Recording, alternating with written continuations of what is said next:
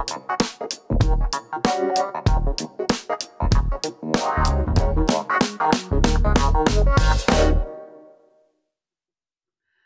back, everyone, to Point of Sale. Of course, the retail supply chain show where we break down great retailers and the data and technology that move their supply chains. Now, today we have a fun guest with us. It's someone I've interviewed in the past for articles on FreightWaves.com.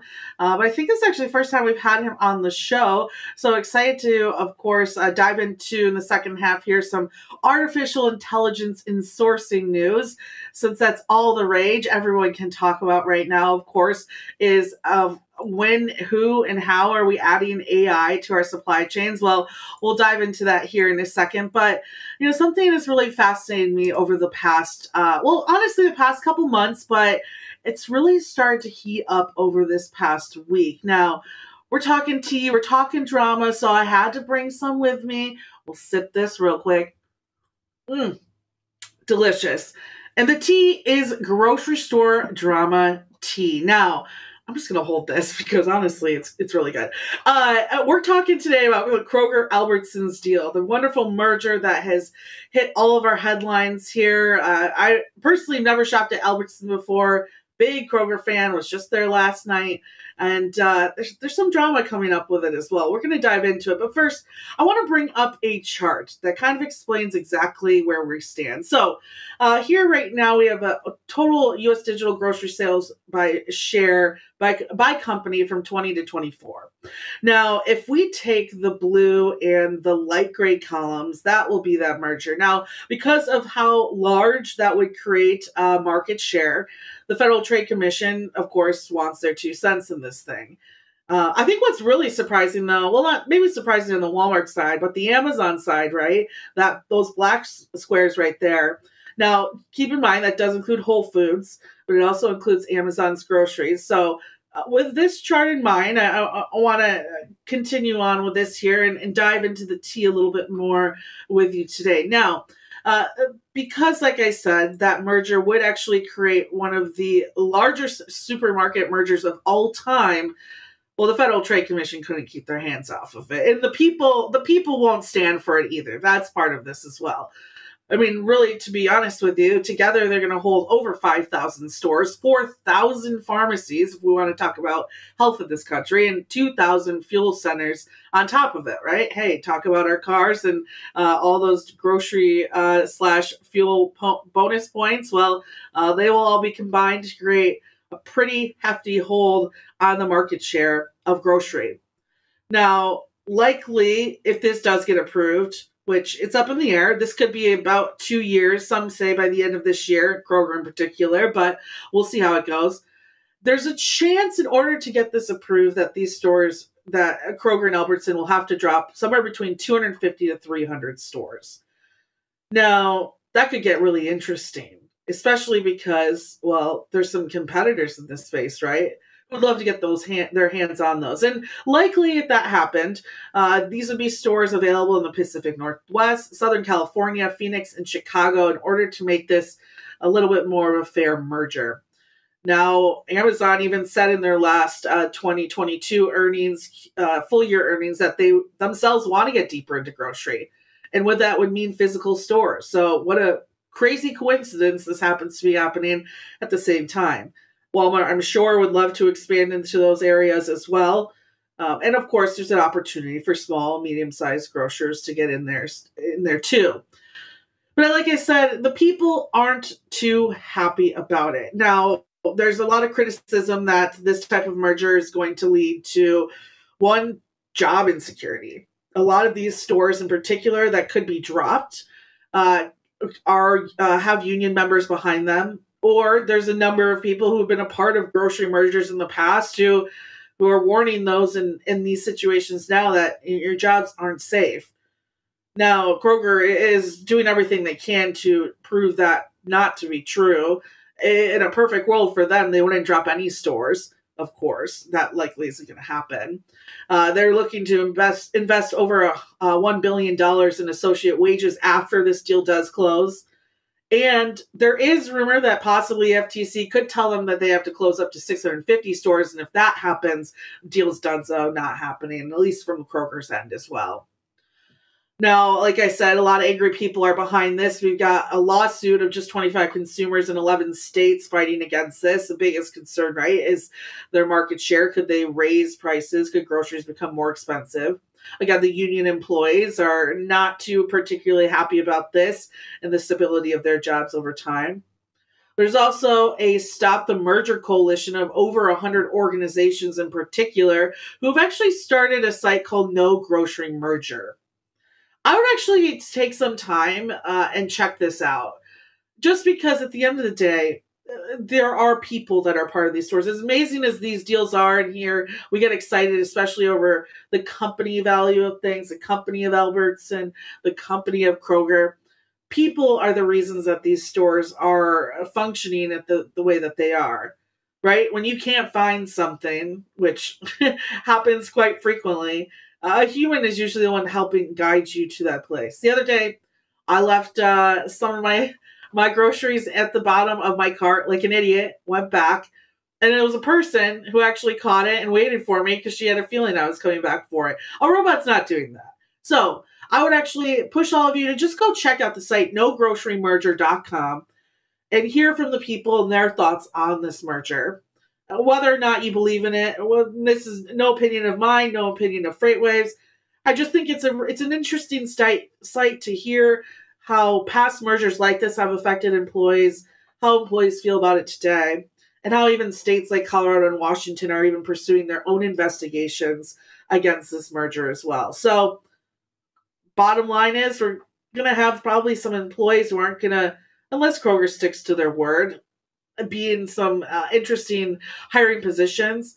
If this deal gets done, like Kroger says, by 2024, well, that'll be an interesting 2025 year with the new merger. But there are talks that this could last another year into 2025 at the very least. And FTC, all to you, power to you. Listen to the employees, listen to the businesses, make your decision, and we'll keep our eye on it, of course, here at Point of Sale, and let you all know at the end of the day where this ends up going as well. But I think it's interesting that if anyone kind of makes out of this, it could be, of course, the one and only Amazon that gets some cool store sites to move forward with their grocery endeavors as well. Now, enough with the tea, even though I'm going to keep this right here as well. Today we have with us, of course, a wonderful guest, Alan Holland, CEO of Kilvar. Oh, Alan, can you hear me now? Hi, Grace. Yes, I can hear you loud and clear. There we go. Perfect. There we go. Alan, it's good to see you. It's been a while since we've been able to talk. We got an article about you on FreightWaves.com about, I want to say maybe 2 years now. But I brought you on today because I want to dive into AI in our industry, which after ChatGPT came out, everyone wants to figure out how they can, of course, include artificial intelligence in their supply chains. And you actually just released, of course, your autonomous sourcing solutions, which looks like it's a number of bots that you've created for companies in particular. I watched a wonderful interview with, I think, a representative from Siemens on how you've worked with them as well. But I want to dive into this with you. Why this survey first with you before we dive into that solution. Why was it important for you to investigate the need for autonomous sourcing or better sourcing technology today? And what were some of the main themes that you took out of that survey as well? Yeah, so I guess we've always viewed autonomous agents and intelligent systems for supply chains as being a very compelling solution to the challenges of trying to scale excellence and responsiveness to disruptions as they occur. So it's something we've been working on for many years, and it's quite timely that there's all this excitement, if you like, about AI in all our newspapers and all our TV shows that we're looking at these days, and it coincides with us, I suppose, having autonomous sourcing bots ready for the market presently. So in terms of the excitement that's all around us now, I think that what we've seen are some technological breakthroughs occurring, and it coincides with I would say, an appetite amongst the public to embrace these type of intelligent systems and actually rely on them to do more work for us. So the survey that you mentioned was also intended to gather public opinions on what they see as opportunities and threats that posed by such new technologies. Yeah, and as a freight tech nerd myself, someone who enjoys diving into the solutions that you provide, I was very happy to see that there was a lower percentage of teams planning to cut budgets for tech. If anything, they're pushing into maybe more of their budgets into the area. Why do you think that's happening, and what areas of technology are they looking to invest that in? Yeah, so it all comes down, there's a very clear answer as to why procurement supply chain technology is receiving greater investment. And it comes down to return on investment, that chief finance officers in particular are getting very diligent about assessing the needs for different systems and which ones are adding value in the business and which ones aren't adding so much value. And the compelling I suppose very compelling figures were being produced as to the return on investment that's provided by kind of best of breed solutions in ProcureTech in particular. Very interesting. I want to dive into some of the examples of these automated solutions. In particular, I'd love to talk about the autonomous sourcing solution that you've just released, because there's some really great use cases in particular that you've worked with your customers. And actually, from a journalistic side point, I will say I really appreciate from your press release the openness of those actual solutions. I can't tell you how many press releases I see that just kind of use buzzwords, but you really showcase with your customers exactly how you're fixing their problems. Can we dive into some of those examples for our audience? Yeah, so like when you're, I suppose, negotiating with existing suppliers and new suppliers, and you're trying to find the best value for money outcomes that are available in the market, you have to cast a wide net, and you also have to ask the right questions, and you have to do so in a timely manner and be able to provide feedback to competing suppliers on where they can improve their offers, so that you can instill competitive tension at scale. And most of the companies we deal with are very large businesses who know what best practice in a workflow looks like, but they don't have sufficient personnel to operate best practice in every negotiation with every supplier for all components, for all packaging requirements, for all logistics requirements, and so on. And the list grows. Just a list of categories, never mind the number of different sourcing events you need to be running weekly, quarterly, or annually. So there's a case for automating those that fall below a certain spend threshold. And if you can do that and automate best practice in what can be somewhat complex negotiations, so these bots can not just match best practice that human experts execute, but exceed best practice, average standards that you get from experts in these domains. So it kind of frees up your people's time then to focus on strategic challenges. And there are many tasks that machines will never be any good at. So I think it's very important for software companies like ourselves to be very honest about where we see our solutions exceeding your greatest expectations, but also where they will not work for you. And they'll never build trust, and they'll never have empathy with your suppliers and your internal customers and so on. So there's still plenty of work to be done for people working in procurement. Yeah, I love that you make that point, because I've talked to even a number of people like in the maybe media side or journalist side, and I've asked, is that something like ChatGPT something that you're concerned about with your job? And actually most people are, if anything, say they get more work done and they're able to concentrate more time on the fun stuff like interviewing companies, and instead of having to for instance, like I use Otter for a lot of my interviews, right? And that helps me not only spend more time interviewing, but it makes it quicker for me to turn around articles or interviews as well. So if anything, I get more excited about more people I'm going to meet. And I can't imagine how on the sourcing side or the supply chain side, you're going to see a lot of people who are going to be able to enjoy their jobs building relationships now.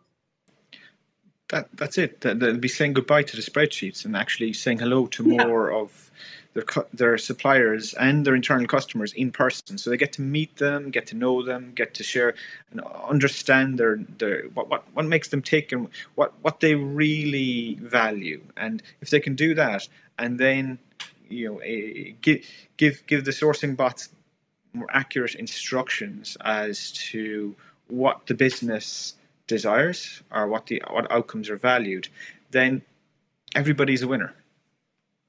Yes, definitely. And I want to bring up one of the statistics within your report that kind of goes along with this as well. As a part of this, you found that 56% of respondents said they'll increase competition within their sourcing events, which reminds me of back in your release. I think it was Mars was explaining that they were able to almost double their sourcing events. And for someone out there, you might think, well, what does that mean? I think, if anything, that should bring down costs, right, for a lot of the end consumers at the end of the day, increasing that competition. Well, absolutely. So it kind of enables businesses to run these more sourcing events per annum, but also within those sourcing events, speak to more suppliers in parallel. And that's great for giving opportunities to new entrants who are innovating and maybe presenting something different to incumbents. And it gives you the chance to bring them into the fold. So we're hopeful that this type of technology will be great for the smaller innovators in markets to get and win business with the largest enterprises. Yeah, and even better, right? More inclusive. And when we talk about all these diversity initiatives, that should allow them to open that up to them too. Am I right? Absolutely, and that exactly the same case there, where you can cast a wider net and maybe dispel some of your assumptions and be more open, communicate with more people, and you will end up with a more diverse array of suppliers you're doing business with, build trust with them, and then double down on that and grow your expenditure with more diverse suppliers or minority-owned suppliers, and that can only be good for everybody. Love that. Are there any other lessons that you've learned from the use cases of not only maybe this survey, but the customers that have seen some success from the automated solutions? Yeah, so one thing that surprised us was that chief procurement officers were saying they see this autonomous sourcing solution as great for hiring and retention of people in procurement and supply chain. Because when they're trying to hire, they find it difficult to recruit people if they've got older legacy technologies that look and feel so too different from the apps they have on their phone. So if you're trying to hire graduates, and instead you're able to say to them, now we've got sourcing bots where you can become a bot architect and craft an automated workflow and inform how AI learns from past experience and how you can continuously improve, help the AI continuously improve. It's much easier to sell a new role to a candidate who's coming straight from university or has just 2 or 3 years experience under their belts. And likewise for the existing staff working for you, when they feel that there's now cutting edge technologies being presented to them and they're learning how to drive far more value for their employers, they feel more energized and they feel that because they're delivering more value, they feel more fulfilled in their job. And we could dive into the cost, right, of recruiting and retaining, and Yeah, that's a whole different thing, right? But that's it. and culture, like you can truly build a culture around that too. And uh, I will say for leaders out there, you're going to be even more surprised that it's not just going to be engineers that you hire that know how to use better technology. It's going to be, I mean, I was just with my nieces this past weekend, and the way they maneuver through phones these days, you're going to have even the Mm, average accounting person looking for top-notch tools when you look to hire them. that's it. And when you're looking to hire people, you employers nowadays are actively seeking out innovators and people who are creative and uh, eager to embrace new technologies like this. And that's an important facet of our work, that the tools we need to work with are changing faster than ever. So you have to be adaptable, and it's very important to be adaptable. And what you'll find is that the more modern technologies are far easier to work with than you might expect. And it's not like the systems of old that were very difficult to navigate. Yeah. Well, and I love having you on this show because you help automate a lot of the very large supply chains out there. I mean, just the few in particular, Coca-Cola, Mars, Siemens were brought up in the press release as well. Can you tell us about how this AI, artificial intelligence, can help with the geopolitical risks that impact supply chains globally as well? Yes. So this is, I would say, for large enterprises, it's like changing direction in an oil tanker when they're changing their Yeah. supplier profile. They can't do so overnight, but they need to be doing so incrementally. So they tend to have longer term initiatives where they're decreasing their exposure to be it certain suppliers or certain countries because they feel there's geopolitical risk. And many large enterprises have been doing that incrementally for a few years. And the way you do that is to apply what's called sourcing optimization. And that's when you're gathering offers from suppliers for different goods or services, but you're applying side constraints. And let's say you were spending 27% with country X last year, you could apply a constraint saying, of all this volume that we're buying in, be it apparel or car parts or whatever the case may be, it's got to be less than 25% next year, and it's got to be less than 23% the year after. So that year on year, you're reducing your exposure in a manageable way, but you're also able to assess the cost implications. So, what does that 2% reduction in expenditure in that country mean? Well, it's up by X million. And then you have a business decision to make, because that is a form of insurance that you are buying, and you need to be consciously aware of what that insurance is costing you. It's very interesting. And yeah, you're right. It's not an easy change in direction having No. to deal with these problems. So to anticipate them or to maybe be able to forecast them better is Yeah. And every single minute, right? Counts.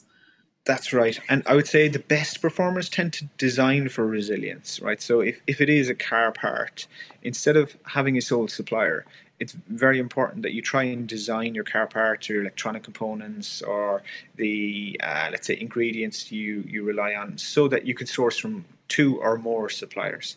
And that you should, that's a far stronger position to be in, so that if you see underperformance or no performance from certain suppliers, and it could be it might be no fault of their own, and maybe there's a trade war or something occurs that blocks them from exporting, and you need to be in a position to respond. And if you don't have a second or third supplier in a different part of the world with a very different supply chain of their own, then you're in trouble.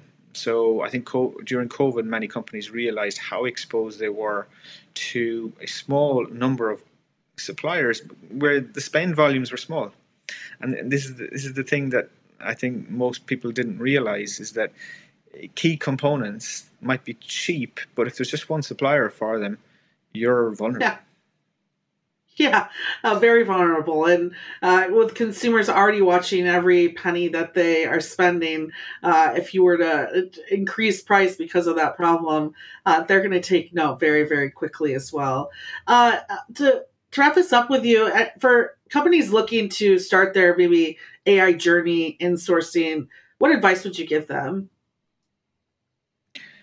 I would say work incrementally. You should try to be agile in the same way tech startups are, that you should identify a short term objective or milestone that's inexpensive and use that as a proof point. So, and don't engage in exhaustive procurement processes to buy new technology. Instead, test it out. Engage in proof of concepts or pilot projects, and see what works for you.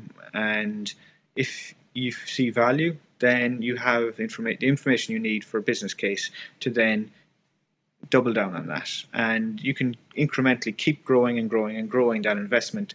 And the sooner you do it, the more likely you are to gain an advantage over your competitors. And ultimately, that's what it's all about. Love that.